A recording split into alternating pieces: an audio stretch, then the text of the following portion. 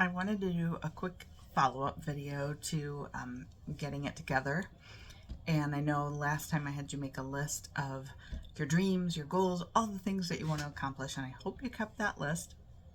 I want to show you. Again, this is one of my favorite planners. It is called Clever Fox.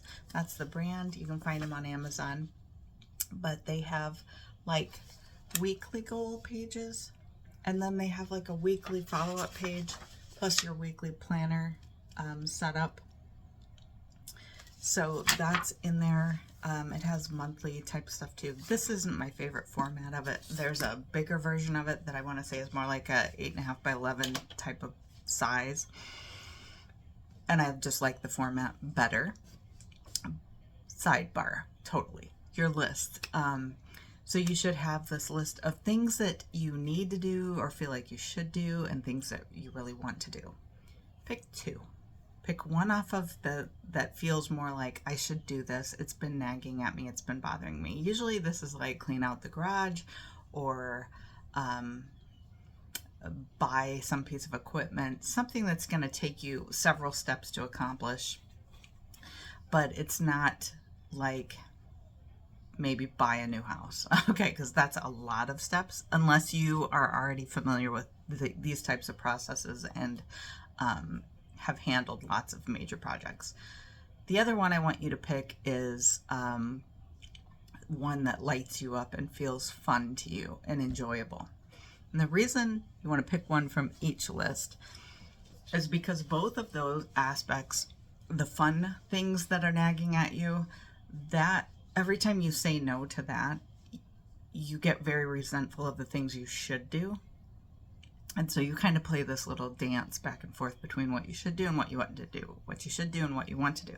So if you pick one from each of the lists, then you'll be honoring the desire in you, and you'll also be handling the things that you need to handle. So you'll be in full integrity with yourself. So that is why I want you to choose just one. Now, does that mean all the rest of them go away forever? No, it doesn't. But what we're wanting to do is build momentum around building good, positive momentum forward on anything and consistent momentum. So regarding first, you have clarity, which is what are the two things I'm going to pick? A project, let's call it, you can easily accomplish it within 6 months. So you have this one that's fun, this one that's feels a little more should to it. Now, after you've written those down and you get clear on what those are exactly, you want them to be like a clear benchmark. So this is easily identified as done. So what would this look like and feel like if it were done? So cleaning out the garage, that will feel free. It'll make me feel more calm. Make me feel more together, organized, ready. Choose words that, cleaning the garage is going to make me feel this. Because that's when we're doing something, that's what we're reaching for, an emotion, what we believe we're going to get out of that thing. So we're going to use that sentence, cleaning out the garage will make me feel more together, more in control, more disciplined, more organized, more ready. And then the other one that's more fun, let's say plan a trip to Europe. Okay? Planning a trip to Europe makes me feel like I'm honoring my inner desires. It's making me feel like the feeling of adventure. Whatever those words that resonate with you, but come up with a sentence. So what I want you to do is just on paper for right now, put the two that you pick, put your sentence underneath. How does this make me feel as it's done? Okay, like this is done. We're assuming this is going to get done within the next 6 months. And this is how it's going to make you feel when you're finally done. Like imagine it done. All right.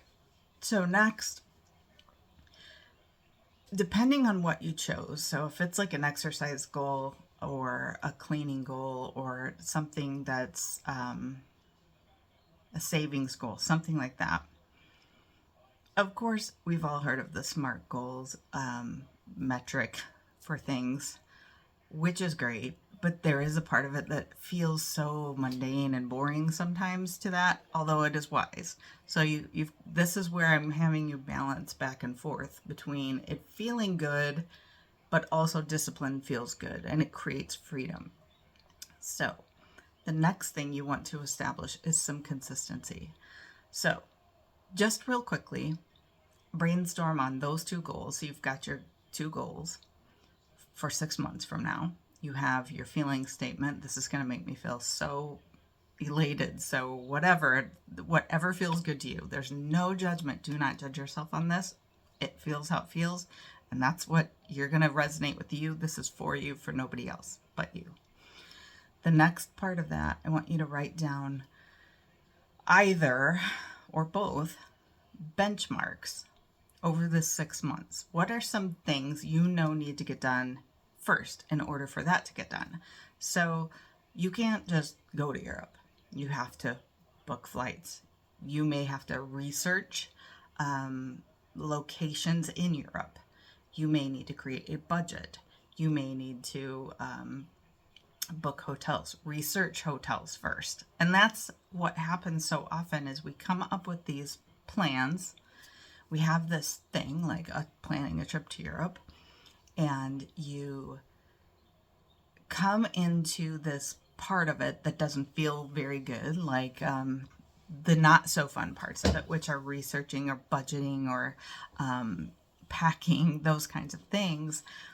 You can start a Google Doc if you prefer, or like whatever document, Word doc, however you do that online. I love a notebook. I love a plain notebook from Walmart, just something cheap that I kind of like the cover to, because I can just keep track of myself better like that instead of getting bogged down in where systems are and learning a system online. If that's something you already do and it's easy for you, yeah.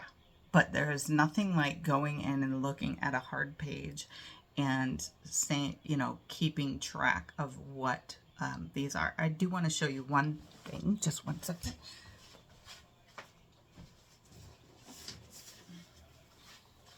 I love to provide a good resource. Clark Kegley, Kegley.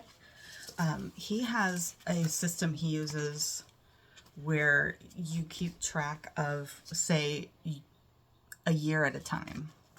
So on the edge, you're writing the year on this book. And these are just like sketchbooks that are found at Michael's, at any of the craft stores. You can also find them on Amazon. But he has a whole system for that, Clark Kegley. I like those books. I like to have one book that is kind of like everything going on in a year, where I can keep track of projects that are ongoing, that are 6 months long, that I can write notes, I can tape stuff to, I can clip stuff to. So in the case of these, again, having something hard and fast that I can hold on to, open up and look at and see my progress in each area is helpful, and also not complicated because it's just pen and paper. Love that. But I also love just a plain notebook, something that I'm going to recognize the cover and just quickly go to, and it's easy. So I've used just plain green ones because it's like, okay, that's my green thing. I'm keeping track of everything in there. So you have your 2 projects, goals, whatever you want to call them, that you're going to do in 6 months. Now you have your feeling statement around those, and then you have your like benchmarks, things that you're going to have to do. So this may be like a 5-minute journaling exercise for you, where you're going to write down those benchmarks. For the one example of cleaning out your garage, you may want to say that you want the garage to be, so like setting an intention, you want the garage to be able to park the car in it, if that's something, or have a storage area for tools. You want to have everything organized well.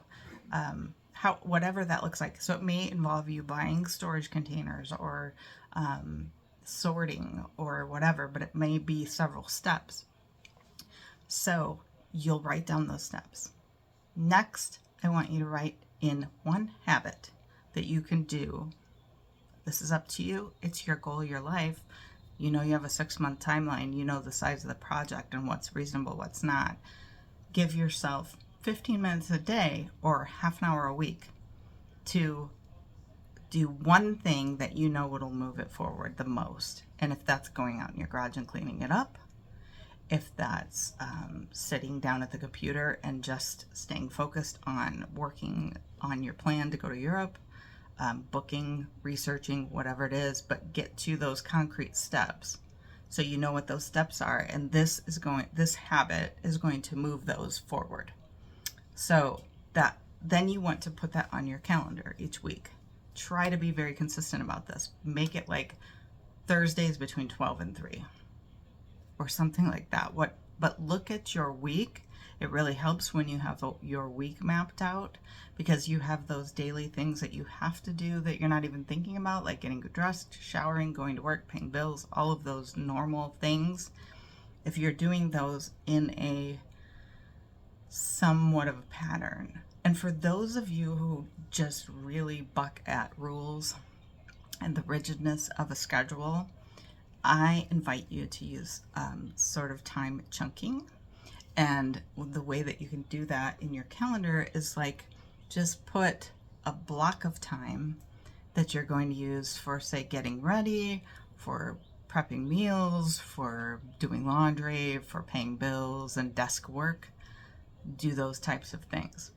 If you are a person who absolutely loves the rigidness and the routine and like thrives in that world, getting things done, the author is escaping me.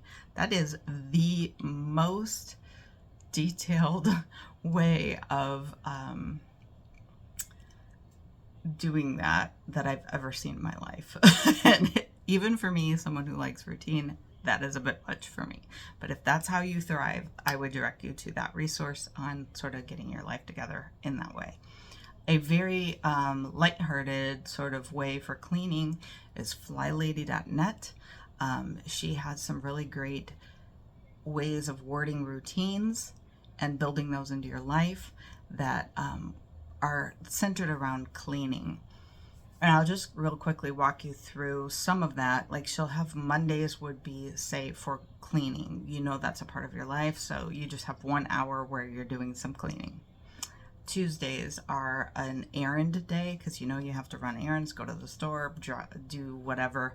We all have those kinds of things. And if you can bundle them all into one day, one block of time, one chunk of time, and you do that routinely, then it makes it less stressful because you're not thinking about it all the time.